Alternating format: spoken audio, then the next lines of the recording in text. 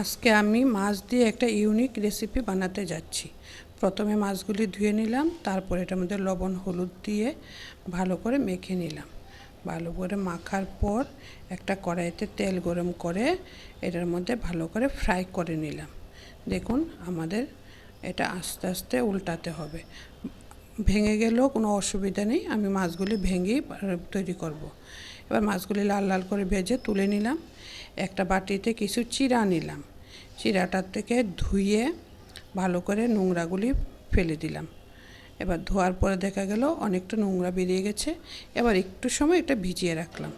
ভিজিয়ে রাখার পর এটা জলটা থেকে সেকে একটা বাটিতে রাখলাম। বাটিতে রেখে একটা কড়াইতে আবারও কিছুটা তেল দিয়ে এটা তেলটা গরম হওয়ার পর দিলাম কিছুটা রসুন, কিছু পেঁয়াজ। এবার পেঁয়াজটাকে নাড়তে রাখলাম। পেঁয়াজটা একটু ভাজা ভাজা হবে।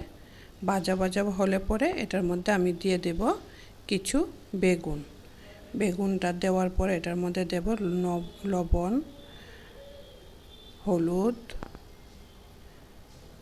হলুদ দিয়ে এটাকে একটু নাড়া দিলাম। একটু নেড়ে চেড়ে রেখে দেব। রাখার পরে দেখা যাবে কিছুটা নরম হয়ে গেছে। কিছুটা নরম হয়ে যাওয়ার পর এটার মধ্যে আমি দেব কাঁচা লঙ্কা বাটা, ধনিয়া পাউডার, জিরা পাউডার, লাল লঙ্কার পাউডার দিয়ে একটু চিনি দিয়ে এটাকে ভালো করে নেড়ে নেব। এবার একটু ভালো করে নাড়লাম। নাড়ার পরে এবার একটু দেখে একটু নরম হয়ে গেছে।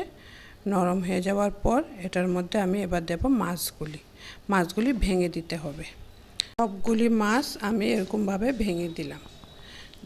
যত বেশি মাছ দেওয়া হবে ততটা টেস্ট হবে।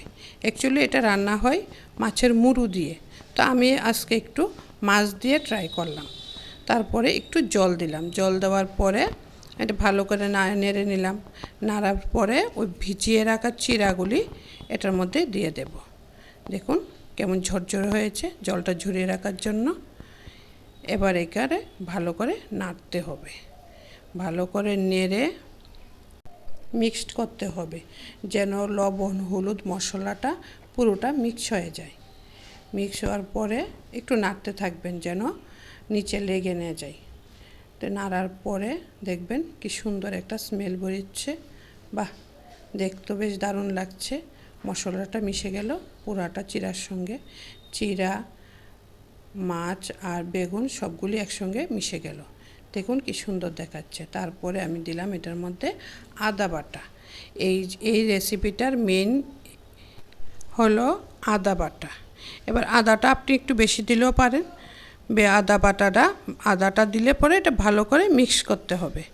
দেখবেন সুন্দর সেন্ট বেরোচ্ছে। এবার দেব এটার মধ্যে আমি কিছুটা লেবু পাতাটা একটু ছিঁড়ে দিবেন, সেন্টটা ভালো আসবে।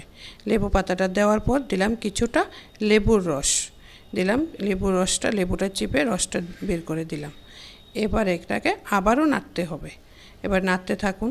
নাড়তে একটু লেগে যাচ্ছে একসঙ্গে, তো বাস মনে করবেন হয়ে গেছে। এবার একটা বাটিতে তুলে নিন। এবার চাশনির সাহায্যে আপনি একটা বাটিতে তুলে নিয়ে বাস পরিবেশন করুন। হয়ে গেল আমাদের চিড়ার গাড়া, যা সবাই মিলে খাবো।